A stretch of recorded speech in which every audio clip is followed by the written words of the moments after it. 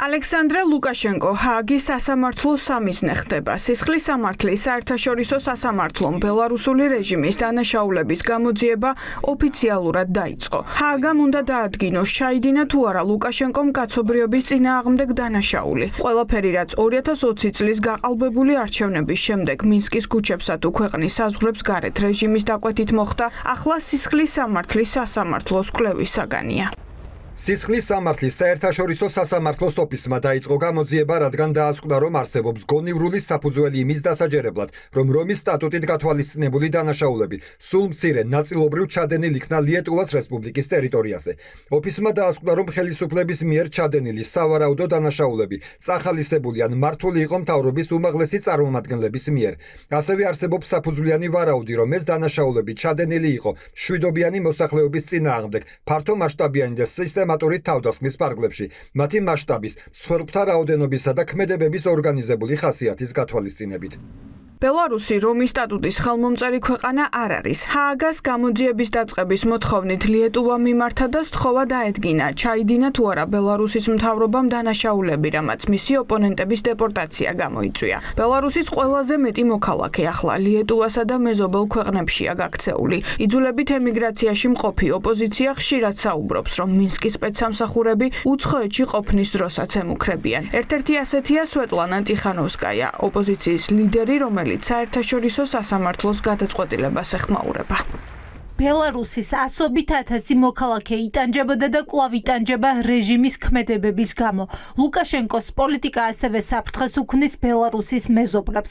საერთაშორისო სასამართლოს ეს გადაწყვეტილება იმედს აბრუნებს, რომ სამართალი გაიმარჯვებს, რომ დამნაშავეები პასუხისგებაში მიეცემიან და რომ მსხვერპლნი საბოლოოდ მიიღებენ სიმართლეს და სამართალს.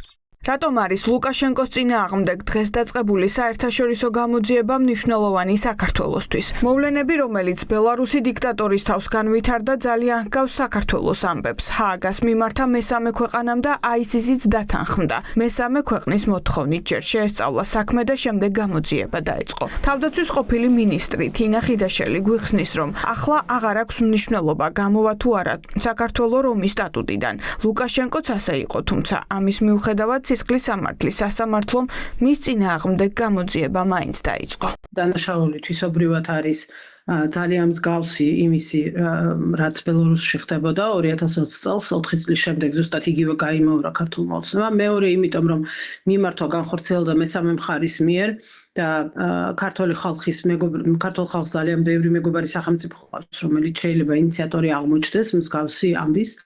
ეს არის ძალიან კარგი გაკვეთილი ქართული ოცნების რომ თავს ვერ დაიძროს და მესამე ძალიან მნიშვნელოვანი, მე მაქვს მოლოდინი, რომ რუსეთის მაგვარად ქართულმა ოცნებამ შეიძლება მიიღოს გადაწყვეტილება და რამდენიმე საერთაშორისო მექანიზმი დატოვოს, მათ შორის რომის სტატუტი, ანუ ჰააგის სასამართლოს იურისდიქციიდან გავიდეს, მაგრამ ეს საქმე მნიშვნელოვანი და პრეცედენტული იქნება სწორედ იმიტომ, რომ აჩვენებს, რომ იმის მიუხედავად იმ მომენტში ქვეყანა არის თუ არა ხელმომწერი სახელმწიფო, პასუხისმგებლობის საკითხი მან შეიძლება დადგეს. ჯერ კიდევ ერთი წლის წინ, როდესაც ხალხი თბილისში სასტიკი მეთოდებით დაარბიეს, გაჩნდა პირველი ეჭვი, რომ ქართულმა ოცნებამ ზუსტად იგივე ზომები გამოიყენა, რაც 2019 წლებში ბელარუსელმა დიქტატორმა. არსებობს კვლევა, სადაც დოკუმენტირებულია წამების იდენტური მეთოდები და სადაც დაზარალებულები საქართველოდან და ბელარუსიდან აღწერენ სპეცრაზმის მხრიდან იდენტურ ძალადობას.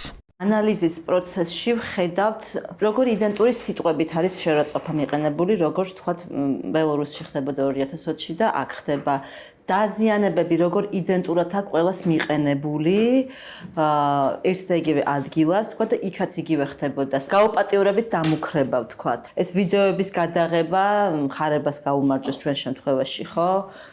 ჩაფურთხება, მსგავსება არის, გამაოგნებელი მსგავსება არის და შესაბამისად დარწმუნებული ვარ, წვრთნა აქვთ მათგან გავლენა. მტკიცებულებები, რომელიც ჰააგის სისხლის სამართლის სასამართლომ ალექსანდრე ლუკაშენკოს წინააღმდეგ გამოძიების დასაწყებად საკმარისად მიიჩნია, არსებობს ქართული ოცნების წინააღმდეგაც. წამების მანქანებში სასტიკად ნაწამები ადამიანების ჩვენებები, სამედიცინო დასკვნები და მთავარი კადრები. ის რომ ეს იყო არაერთი პოლიციელის ან სპეცრაზმელის გადაცდომა, არამედ ეს იყო სისტემური დანაშაული დასტურდება ქართული ოცნების რეაქციითაც.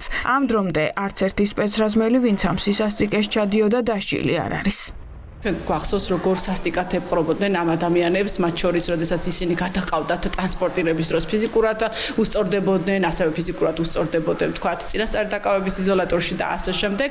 შესაბამისად, რა თქმა უნდა, მეთოდები, რომელიც იქნა გამოყენებული საქართველოში, იყო ძალიან მძიმე და სწორედ აქედან გამომდინარე მოხდა საერთაშორისო მექანიზმების ამუშავებაც და სწორედ ამ ანგარიშის დაწერაც და ეს არ იყო ჩვეულებრივი ადამიანის უფლებების უბრალოდ დარღვევა, ასეთი სისასტიკეს ჩვენ საქართველოში ბოლო პერიოდში ნამდვილად არ გვახსოვს. ჰააგის სასამართლოს მიერ კაცობრიობის წინააღმდეგ ჩადენილი დანაშაულის დადასტურების შემთხვევაში გაიცემა პასუხისმგებელი პირების დაკავების ორდერი. შესაძლოა ჩამონათვალში იყოს რეჟიმის ლიდერი ალექსანდრ ლუკაშენკო. შესაბამისად, როგორც კი ბრალდებულები რომის სტატუტის წევრი სახელმწიფოების ტერიტორიაზე გამოჩნდებიან, მაშინვე ჰააგის ტრიბუნალს გადასცემენ.